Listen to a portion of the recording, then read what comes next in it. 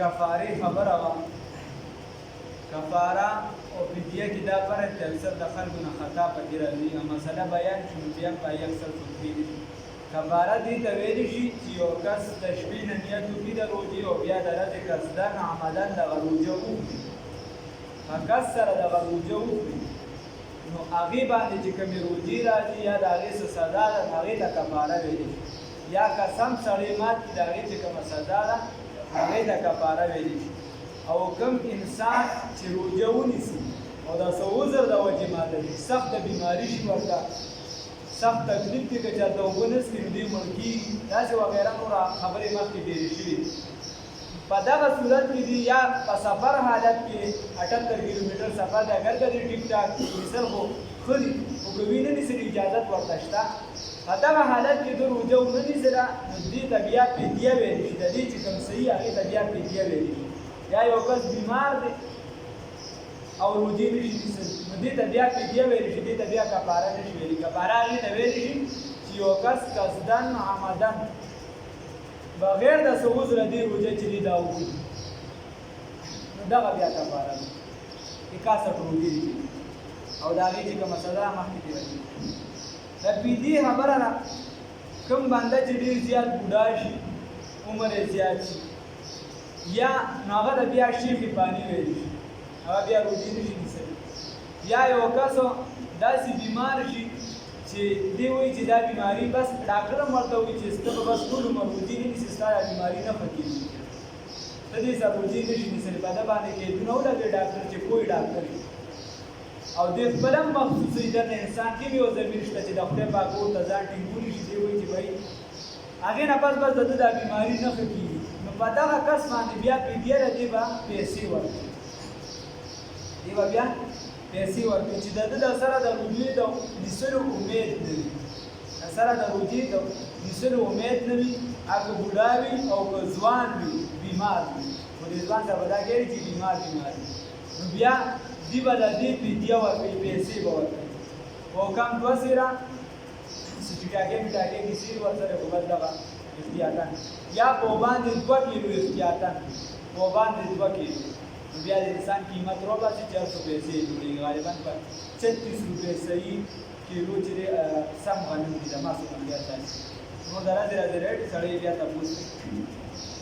نو 2 کیلو غنم دي دا د یوې روژې دا خو یوه خبره شوه. اوس که د دې نه پس ده ته طاقت میلو شو، ده ته خو ډاکټر ویلي چې ستا بیماري به نه ښه کېږي، او مثال په طور په ده الله رحم وکړو دا بیماري یې ښه شوه، لکه زموږ کلي کې داسې کس نشته، نو که دغه بیماري یې ښه شوه دغه فدیه دغسې چې ورکړي دا د ده صدقه وګرځېدو، خیرات به واپس هم نه اخلي، دا د صدقه وګرځېدو، دا روژې به بیا دې نیسي، دا بیا دې واپس نیسي.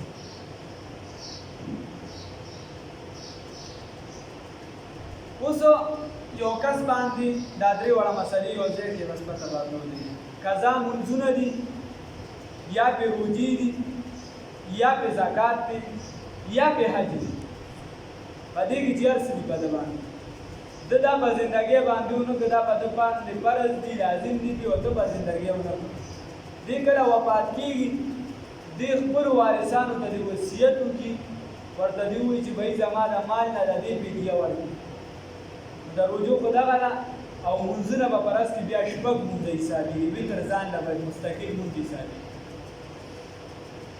د هغې حکم په شان د فرض. نو د مونځ شو، دا روژې شوه، حج چې دی د هغې به بیا حج بدل او دکه شان زکات شو چې څونه کېږي، دا به د ده مال 3 حصې کي، بیا چې کله ده وصیت کړي، چې کله وصیت کړي نو بیا دا واجب دي په خپلوانو باندې چې مال به ورته 3 حصې چې ګور کفن وشي مال دی بیا 3 حصې، دغه یو حصه مال چې دی په ده کې به د ده د کار سوي کرل وي، هر څه به دا چې وي دغه به د هغې که چېرته دغه فدیه زیاته شوه، دا پې زیاته شوه، دا فدیه پې زیاته شوه، او د ده دا 3 حصه کمه وه، د ده دا 3 حصه کمه وه، او دا فدیه پې زیاته شوه، نو بیا به دا درېیمه حصه ورکړي او دا دوه حصې چې دا د وارثانو حق دی که دې اجازت ورکوي هغې کې به هم د یو کس اجازت نه چلېږي چې د کور سربراهي دی د هر یو بالغ پکې ځان له حصه ده چې هر کس اجازت ورکړي چې زما د مال نه ده فدیه ورکړه نو بیا یې ورکوي که چا اجازت ورنه کړو نو بیا به د ده فدیه د هغه د مال نه نشي ورکولی او چې کوم د خپل طرفه ورکوي یا ورکوي پوه شوې په دې باندې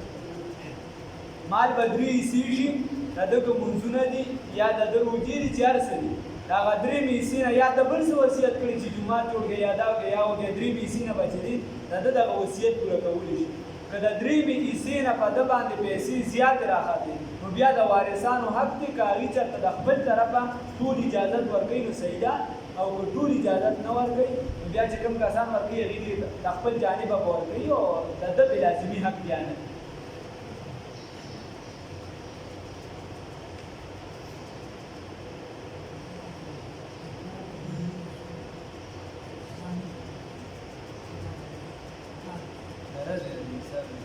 شپږ مونږ د حساب کوو لکه د یو مونږ یو کتاب هم متاني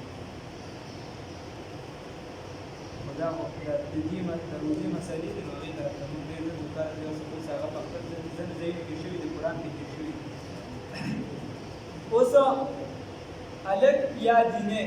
چې دا د بلوغت عمر ته لا نه دي رسېدلي خو د 10 سال عمر ته دي ورسېدلي څنګه چې حدیث کې راځي چې ماشوم کله مونځ نه کوي نو بیا دی واقع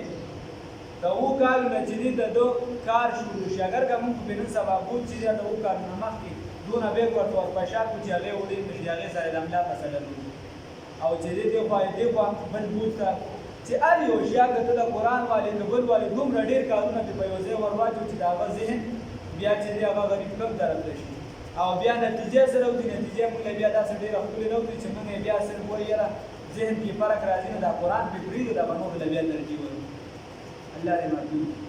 خو چې دا 10 کالو شي نو چې څنګه ده ته د مور حکم کوي نو دقه شان په ده باندې روجې نیسي که چېرته د ده بدن ته نقصان نه ورسي نو بیا په ده باندې به روجې نیسي بلکې داسې بې وهي هغه وال به داسې چې د بدن ته نقصان نه ورکوي ځکه چې دا په ده باندې لازمي نه دي بیا بې روجې نیسي ورسره چې 10 کالو او چې بالغ شي بیا به لازمي دي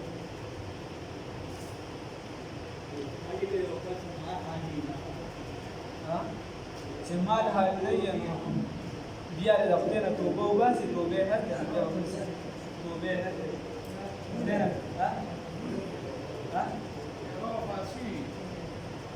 نه چې وکړي هغه سره معاملات لري فدیه خو هم که مال حاضر نه نو چې وفات شوي که نه نو په وارثانو خو لازمي دي د په هغه باندې لازمي وه او هغه په جرم باندې که دغه شی راګرځولي صحیح ده که نه یې راګرځولي او د ده نشي پوره کولی ده ته څه مجبورۍ وي یو به چې په ځوانۍ کې یو کس روجې وکړي لکه زموږ په کلي کې داسې کسان تېر شوي دي دې کې یو مسله پاتې شوه هم ورته ذهن ته راغلی او هېڅ فیصدي خو د هغې خو د الله سره معامله ده اوس که الله یې بخي نو ځان نه شي قانون دا دی چې سزا به ورکوي قانون یې دغه دی او د الله بخښنه څه سرسمه نه او که نه په بوډاوالي کې په حالت د ذوب کې د ده نه دغه تلي داسې ورته وس یې نه کېده نو بیا خو یقینا چې معافي ده ورته په دغه صورت چې د ده وس نه کېده د فدي او د رجوع نیولو نو سخت بیمار دی اوس بس بیا ورته معافي ده خدای پاک دې په چا دومره بوج نه ورچي چې هغه د هغه د وس نه زیات او که نه مال یې ونو بیا به وصیت کوي اوس یو کس وصیت ونه کړي یو مسله پکې ده یو کس وصیت ونه کړي دې وفات کېدو د وصیت ونه کړي او په ده خاندان ته پته چې په ده یا روجې پاتې یا لمونځونه پاتې یا یو خو دا لمونځونه چې ټول عمر جمعه بولي غریب